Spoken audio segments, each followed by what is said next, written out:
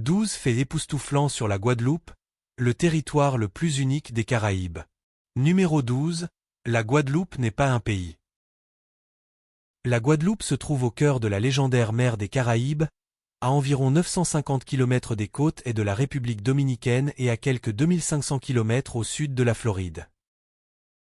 D'une superficie de 1628 km², équivalente à celle de la ville de Los Angeles mais recouverte de plages de sable blanc et de forêts tropicales préservées, la Guadeloupe fait partie de l'archipel des Petites Antilles.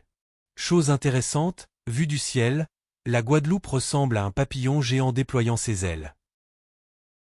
Les deux îles principales, Basse-Terre et Grande-Terre, sont reliées par de petits ponts et des rivières aux eaux cristallines. La Guadeloupe est une terre de fusion culturelle. Environ 400 000 personnes vivent sur cette île, principalement des descendants d'Africains, d'Européens et d'Indiens. Avec une population relativement modeste, l'île abrite environ 200 espèces d'oiseaux, qui dépassent en nombre les résidents humains, et des millions de touristes internationaux la visitent chaque année. Malgré sa beauté caribéenne envoûtante, la Guadeloupe est en réalité un territoire d'outre-mer français, bien qu'elle se trouve à environ 9 heures de vol de la métropole. Cela signifie qu'à votre arrivée, vous pourrez utiliser l'euro, déguster des croissants français au petit déjeuner et être protégé par la loi française. Bien qu'elle appartienne à la France, la Guadeloupe ne ressemble à aucune ville du continent européen. Si Paris est la capitale de la mode, alors la Guadeloupe est la capitale de la détente et des plaisirs. Ici, la vie suit un rythme lent, au tempo guadastyle, où les gens ne sont pas pressés et se saluent toujours avec le sourire. Numéro 11, une terre qui ne reste pas immobile. Si vous avez déjà regardé des documentaires sur la mer des Caraïbes, vous aurez sûrement remarqué une chose.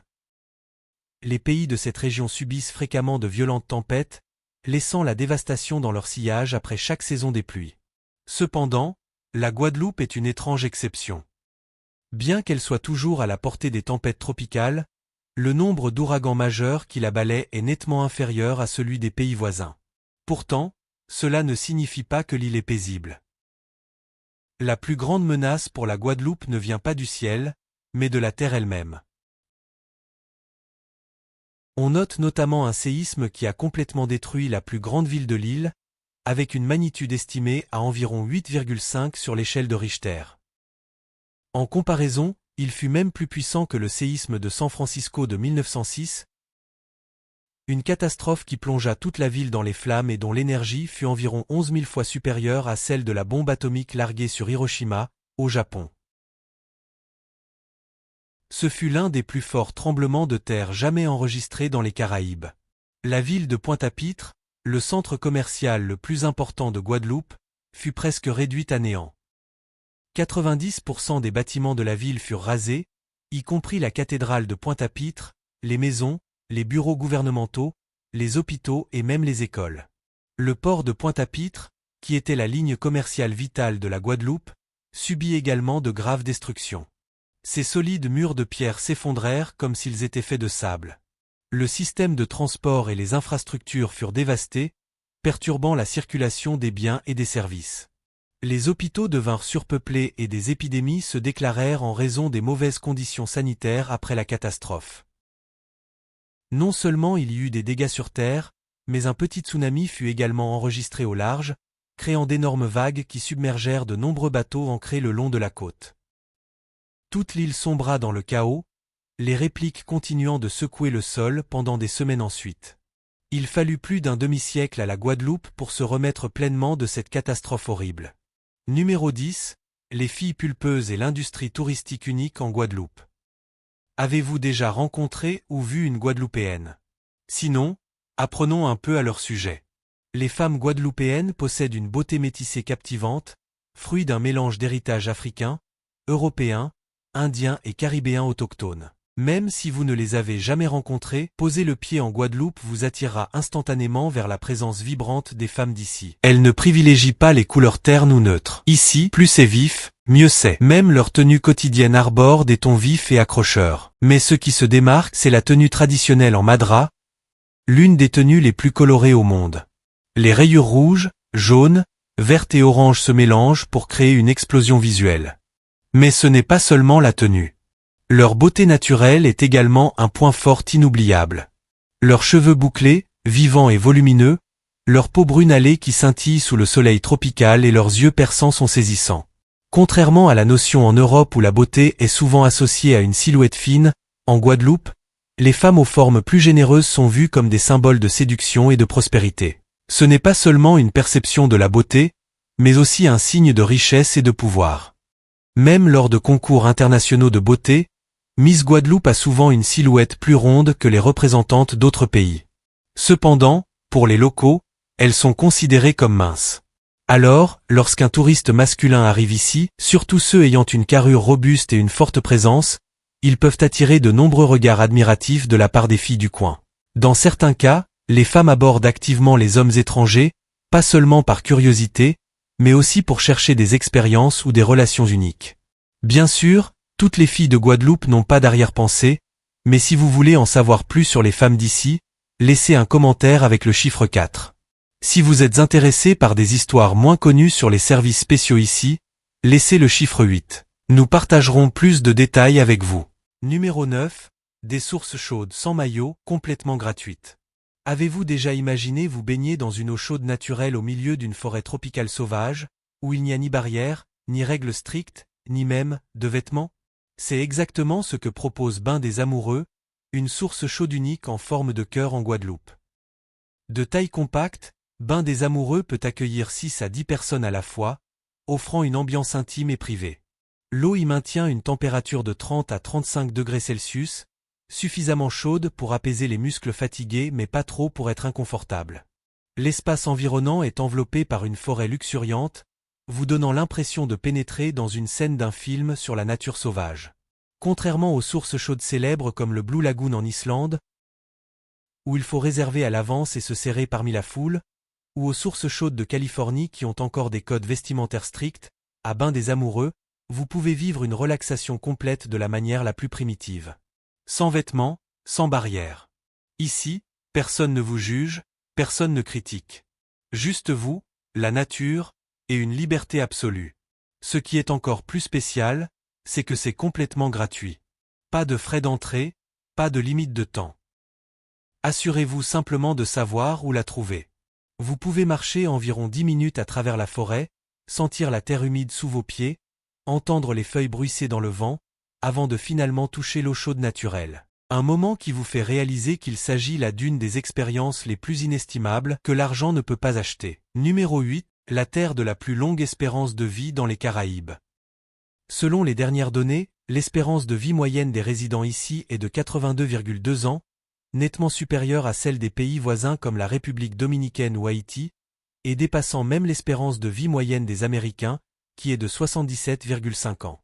On note notamment que les hommes en Guadeloupe peuvent vivre en moyenne 78,4 ans, tandis que les femmes peuvent atteindre jusqu'à 85,7 ans, un chiffre comparable à celui de nombreux pays ayant les espérances de vie les plus élevées au monde, comme le Japon ou la Corée du Sud.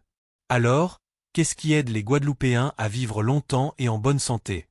Une partie de la réponse réside dans leur style de vie détendu caractéristique. Alors que des villes comme New York ou Londres sont toujours en effervescence avec un rythme stressant, en Guadeloupe, les gens croient en la philosophie du tempo guada, un mode de vie qui n'est pas précipité, pas pris dans la course au travail et à l'argent. Il est également important de mentionner leur alimentation naturelle et nutritive, qui joue un rôle crucial dans l'allongement de la durée de vie. Les Guadeloupéens mangent rarement des aliments transformés, consomment peu de sucre et de graisse artificielle, et préfèrent profiter des fruits de mer frais, des fruits tropicaux, des légumes verts et des épices naturelles. Dans de nombreux pays occidentaux, les personnes âgées sont souvent isolées ou placées en maison de retraite, mais en Guadeloupe, elles sont au centre de la vie familiale et communautaire. Elles participent aux événements culturels, aux festivals, discutent avec des amis tous les jours et se sentent toujours aimées et écoutées. Enfin, l'environnement naturel propre contribue également de manière significative à la santé des gens ici. L'air en Guadeloupe est beaucoup plus propre que dans les grandes villes industrielles, exemptes de pollution et de poussière. Les résidents passent beaucoup de temps à l'extérieur, à nager, marcher et danser, les aidant à maintenir leur vitalité même en vieillissant. Ces choses peuvent sembler assez ordinaires, n'est-ce pas? Cependant, ce sont précisément ces choses ordinaires qui contribuent de manière significative à une vie saine et vigoureuse pour le peuple guadeloupéen. Numéro 7. Sentir le parfum pour choisir un mari. Avez-vous déjà entendu parler des coutumes les plus étranges pour choisir un mari dans le monde? En Chine, il existe des endroits où les mariés doivent pleurer pendant un mois entier avant leur mariage pour montrer leur piété filiale. En Bulgarie, le marché des mariés est l'endroit où les filles s'habillent de tenues vibrantes pour trouver leur futur époux. Mais si vous pensez que c'est unique, alors venez en Guadeloupe, où les femmes choisissent leur mari en sentant leur parfum. Avant d'explorer cette coutume spéciale, il y a quelque chose d'intéressant que vous devriez savoir. En Guadeloupe, vous pouvez immédiatement reconnaître si une femme est mariée simplement en regardant son chapeau. Les femmes célibataires portent des chapeaux avec un seul nœud, tandis que les femmes mariées en ont 2 ou plus. C'est une ancienne tradition qui aide les hommes à identifier facilement qui est encore célibataire sans avoir à demander directement. Revenons à la coutume du choix du mari par l'odeur. La Guadeloupe est profondément influencée par la culture française, où le parfum n'est pas seulement un produit de beauté, mais aussi un symbole de sophistication et de classe. Les femmes ici croient que la fragrance qu'un homme choisit peut révéler beaucoup de choses sur sa personnalité. Si un homme utilise un parfum fort, boisé et musqué, il peut être perçu comme mature, posé et responsable. Ceux qui préfèrent les senteurs fraîches et citronnées sont souvent vus comme jeunes, dynamiques et optimistes. Il y a une histoire intéressante qui circule en Guadeloupe. Une fille a une fois rejeté une demande en mariage d'un homme simplement parce que son parfum était trop envahissant. Elle croyait que cela reflétait un manque de sophistication. D'un autre côté, un homme qui utilisait une fragrance légère à la vanille a conquis son cœur avec juste une simple effluve. Numéro 6. Pointe-à-Pitre, le battement de cœur de la ville. Comme mentionné plus tôt, Pointe-à-Pitre est une ville lourdement dévastée par le terrible tremblement de terre de 1843, qui a causé l'effondrement de 90% des structures et a nécessité plus de 50 ans pour un rétablissement complet. Mais ce qui est remarquable, c'est que malgré les tourments du passé, Pointe-à-Pitre reste la plus grande ville et le centre économique et culturel de la Guadeloupe. Les habitants de Pointe-à-Pitre sont connus pour leur résilience et leur amabilité. Ce sont des commerçants habiles, des artisans talentueux et des amateurs de vie à un rythme soutenu, toujours prêts à accueillir les visiteurs avec de chaleureux sourires et des salutations énergiques de bonjour. Ici, vous trouverez des marchés vibrants comme le marché Saint-Antoine, où vous pourrez découvrir des fruits tropicaux, des paniers tissés à la main, des chapeaux de paille, du rhum artisanal, des poupées créoles et de nombreux autres produits uniques. Le marché n'est pas seulement un lieu d'échange, c'est l'âme de la ville, où les gens se rencontrent, discutent et partagent la joie de vivre. Non seulement il y a des marchés traditionnels, mais Pointe-à-Pitre abrite également le Memorial Act, un musée moderne qui commémore l'histoire de l'esclavage et l'héritage créole. Pour ceux qui s'intéressent aux affaires, Pointe-à-Pitre est l'endroit où se situent les plus grands centres commerciaux, financiers et industriels de l'île, offrant des opportunités de développement aux entrepreneurs locaux et internationaux. La vie ici est diversifiée, allant des appartements modernes aux charmantes maisons de l'époque coloniale. Bien que les prix de l'immobilier puissent être plus élevés en raison de son emplacement central, les rues sont animées le jour. Mais quand la nuit tombe, Pointe-à-Pitre se transforme en un paradis pour les amateurs de vie nocturne. Des bars animés, des restaurants remplis de saveurs créoles et des événements culturels vibrants font de cette ville un lieu qui ne dort jamais. Numéro 5. Des festivals qui se déroulent toute l'année. Si vous aimez les fêtes énergiques, préparez-vous à vous rendre en Guadeloupe, où les festivals se produisent toute l'année avec des atmosphères animées, une musique vibrante et des performances éblouissantes. Parmi eux, les 2 plus grands et attractifs festivals sont le Carnaval de Guadeloupe et le Festival Terre de Blues. Le Carnaval de Guadeloupe est le plus grand événement de l'année, se déroulant de janvier à mars, culminant le Mardi Gras, lorsque toute l'île brille de défilés colorés et d'une musique pulsée. Les rues sont remplies de danseurs en costumes magnifiques, de plumes vibrantes, de paillettes scintillantes et de masques élaborés.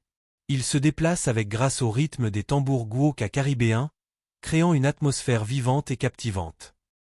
Les filles guadeloupéennes, avec leur peau hâlée et leur sourire radieux, ainsi que leurs tenues époustouflantes, donnent l'impression de pénétrer dans un gigantesque festival masqué sous les tropiques. Si le carnaval apporte excitation et vivacité, le festival Terre de Blues, qui se tient en mai sur l'île de Marie-Galante, offre une atmosphère musicale romantique mais tout aussi animée. C'est un lieu de rassemblement pour les amateurs de musique blues, mettant en vedette des artistes de premier plan des États-Unis, d'Afrique et des Caraïbes. Alors que le soleil se couche sur la mer, les sons du jazz, de la soul et du créole commencent à jouer, se mêlant au bruit des vagues, créant une expérience inoubliable. Les visiteurs peuvent voir des couples s'enlaçant passionnément sur la musique, des locaux dansant joyeusement et des artistes se produisant avec tout leur cœur, créant une atmosphère envoûtante. Numéro 4. Des plages plus belles que les photos que vous avez vues. Avez-vous déjà vu de superbes photos de plage sur les réseaux sociaux et pensé qu'elles avaient sûrement été retouchées? Mais voici la particularité. En Guadeloupe, pas besoin de Photoshop. Tout est aussi parfaitement beau que sur les photos, voire plus spectaculaire. La Guadeloupe compte plus de 200 plages, chacune avec son charme unique, attirant différents types de touristes. L'une des plages les plus célèbres est la plage de la Caravelle, avec son eau turquoise brillante, son sable blanc doux et ses palmiers fournissant une ombre parfaite. Notamment au coucher du soleil, le ciel se transforme en une toile envoûtante de pourpre et d'orange.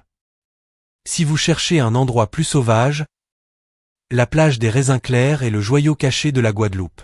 Avec ses forêts de mangroves luxuriantes bordant la plage, elle offre une évasion complète du monde moderne, comme si vous exploriez un paradis mystérieux rien que pour vous. De plus, en Guadeloupe, vous pouvez même trouver des plages avec du sable noir impressionnant. La plage de Grand'Anse est célèbre pour son sable noir fin, contrastant magnifiquement avec la mer bleue vibrante, créant une scène vraiment unique. C'est aussi l'un des meilleurs spots de plongée des Caraïbes, où vous pouvez nager avec des tortues de mer et explorer le récif corallien, l'une des réserves marines les plus riches de la région. Numéro 3. Pas de métro, mais un système de bus local très créatif. Si vous êtes habitué au système de métro précis à la seconde près de New York ou aux vastes autoroutes de Los Angeles, alors les transports en Guadeloupe vont sûrement vous surprendre, de manière très intéressante. Il n'y a pas de métro, pas d'autoroute majeure, mais l'île fonctionne à sa manière unique. Le système de bus local en Guadeloupe est peut-être l'un des plus flexibles au monde. Il n'y a pas d'horaire de départ fixe, pas d'emploi du temps strict. Les bus ne partent que lorsqu'il y a assez de passagers. Cela peut sembler étrange aux touristes occidentaux habitués à monter à bord de véhicules selon un horaire précis, mais pour les locaux, cela fait partie de la vie. Personne n'est pressé, personne n'est stressé. Tout se passe naturellement. Un autre aspect intéressant est que vous n'avez pas besoin de chercher un arrêt de bus pour monter. Les Guadeloupéens font simplement signe de la main et le bus s'arrête, similaire à héler un taxi à New York, mais ici, c'est pour un bus.